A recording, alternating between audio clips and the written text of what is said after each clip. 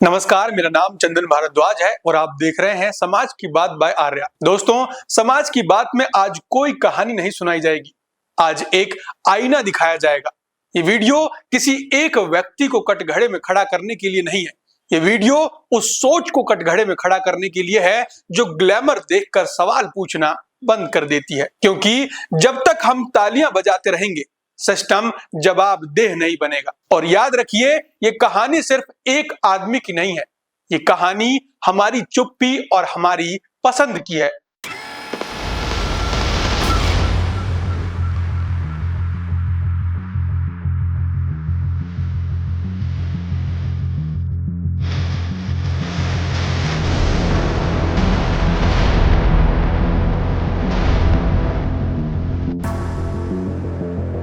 Kingfisher का लोगो याद है दोस्तों? लाल रंग, उड़ती हुई चिड़िया, नीचे लिखा होता था गुड टाइम्स। अब सच बोलना दोस्तों, जब विजय माल्या का नाम सुनते हो तो तुम्हारे दिमाग में सबसे पहले क्या आता है? लोन, बैंक डिफॉल्टर, एम्प्लॉइज की सैलरी? नहीं, तुम्हें याद आता है शैंपेन, पार्टियां, मॉडल्स, आईपीएल, फॉर्मूला 1। और यहीं से समझ लो दोस्तों, ये कहानी सिर्फ विजय माल्या की नहीं है, ये हम सब की कहानी है। मैं ये वीडियो विजय माल्या को विलन बनाने के लिए नहीं बना रहा। मैं ये वीडियो इसलिए बना रहा हूं क्योंकि ऐसे माल्या सोसाइटी खुद बनाती है। आज का सवाल बहुत सरल है, हम किस चीज को सक्सेस बोल देते हैं? दोस्तों, विजय माल्या का जन्म 18 दिसंबर 1955 को हुआ। उनके पिता वित्तल माल्या यूनाइटेड ब्रूअरीज ग्रुप के चेयरमैन थे। यूनाइटेड ब्रूअरीज मतलब किंगफिशर बियर, भारत का सबसे बड़ा लिकर बिजनेस। विजय माल्या को बिजनेस बनाना नहीं पड़ा, बिजनेस मिल गया। 1983, सिर्फ 28 साल की उम्र में वो चेयरमैन बन गया। भारत ने कहा यंग जीनियस, पर सच क्या था? पैसे से आदमी बड़ा दिखता है, पर पैसे से न डिसिप्लिन आता है न अकाउंटेबिलिटी, और डिसिप्लिन के बिना कॉन्फिडेंस सिर्फ तमाशा होता है। 90s और अर्ली 20s में माल्या बिजनेसमैन कम सेलिब्रिटी ज्यादा था। पेज 3 पार्टियां, Bollywood connections, foreign accent, private jet.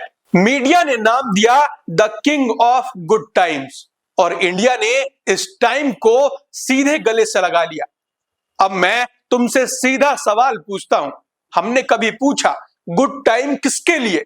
Employees के लिए, बैंक्स के लिए, टैक्स पेयर के लिए, या सिर्फ विजय माल्या के लिए? मई 2005, किंगफिशर एयरलाइन शुरू होती है। Luxury airline, free drinks, stylish crew. शुरुआत में लोग खुश थे, इंडिया को लग रहा था हम भी इंटरनेशनल हो गए हैं। पर एयरलाइन बिजनेस का सच ये होता है, प्रॉफिट कम, फ्यूल महंगा, डिसिप्लिन सबसे जरूरी। 2007, किंगफिशर ने एयर डेक्कन खरीदी। Low cost airline plus luxury airline बराबर टोटल कंफ्यूजन। एक तरफ फ्री शैंपेन, दूसरी तरफ सस्ते टिकट। ये बिजनेस डिसीजन नहीं था दोस्तों, ये ईगो डिसीजन था। 2008 के बाद फ्यूल प्राइस बढ़े, ग्लोबल रिसेशन आई, किंगफिशर लॉसेस में चली गई। 2009 से 2011, 7,000 करोड़ से ज्यादा का घाटा। Salary late, tax defaulter, PF काटा गया, जमा नहीं हुआ। पर एयरलाइन बंद नहीं हुई। क्यों? क्योंकि ब्रांड इमेज खराब हो जाएगी। भारत में अक्सर इमेज बचाने के लिए बिजनेस जला दिया जाता है। 2011-12, pilot, cabin crew, ground staff, महीनों सैलरी नहीं, घर का खर्च रुक गया, बच्चों की फीस पेंडिंग। एम्प्लॉइज प्रोटेस्ट कर रहे थे, पर टीवी पर क्या चल रहा था? Mallya at formula 1, Mallya at IPL party. India में एम्प्लॉइज का दर्द बोरिंग होता है, इसीलिए कोई नहीं देखता। किंगफिशर एयरलाइन ने इंडियन बैंक से 9,000 करोड़ से ज्यादा का लोन लिया। Public sector bank, SBI, PNB, IDBI और कई और। ये पैसा किसका था? तुम्हारा था, मेरा था, गांव के किसान का, शहर के नौकरी करने वालों का। अब सच बोलना दोस्तों, अगर माल्या सादे कपड़ों में ब्रांच मैनेजर के सामने खड़ा होता, क्या इतना पैसा मिलता? लोन मिलता? लोन मिला क्योंकि नाम बड़ा था, लाइफ स्टाइल फ्लैशी थी, मीडिया ने किंग बना दिया था। दोस्तों, हम ग्लैमर देखकर कॉम्पिटेंस मान लेते हैं। अक्टूबर 2012, किंगफिशर एयरलाइन बंद, एम्प्लॉइज घर पर बैठ गए, बैंक कोर्ट पहुंच गया और माल्या अब भी कॉन्फिडेंट था। इंडिया में कॉन्फिडेंस कभी कभी अकाउंटेबिलिटी का रिप्लेसमेंट होता है। मार्च 2016, विजय माल्या यूके चला गया। इंडिया बोला भगोड़ा, सही पर अधूरा। सवाल ये नहीं कि वो भागा क्यों, सवाल ये है जब वो यही था हम सब कहां थे। तब तो सेल्फी ले रहे थे, इनवाइट्स मांग रहे थे, तालियां बजा रहे थे। 2019, यूके कोर्ट ने एक्स्ट्राडिशन अप्रूव किया, अपील चली।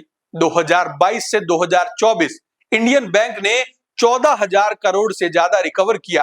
पैसा थोड़ा वापस आया, पर भरोसा वो नहीं आता। दोस्तों, अब यहां ध्यान से सुनो, ये केस सिस्टम के बिना फेल होना मुमकिन ही नहीं था।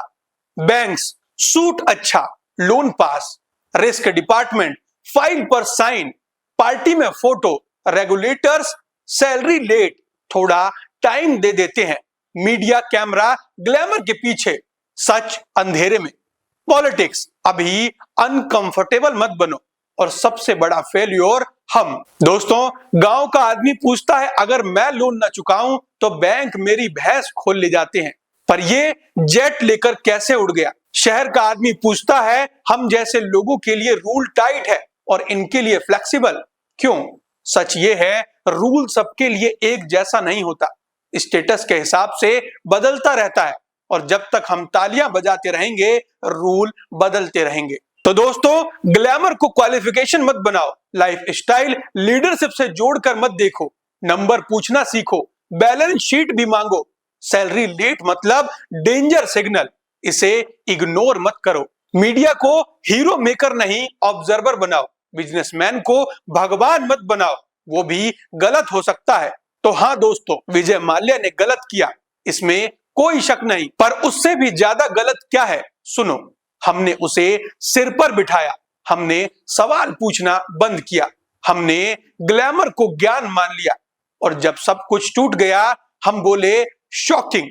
नहीं दोस्तों, शॉकिंग नहीं था, ये तो पक्का था। और सबसे कड़वा सच ये है, अगर कल कोई नया माल्या आए, वही कॉन्फिडेंस, वही पार्टियां, वही एक्सेंट, क्या हम फिर तालियां नहीं बजाएंगे।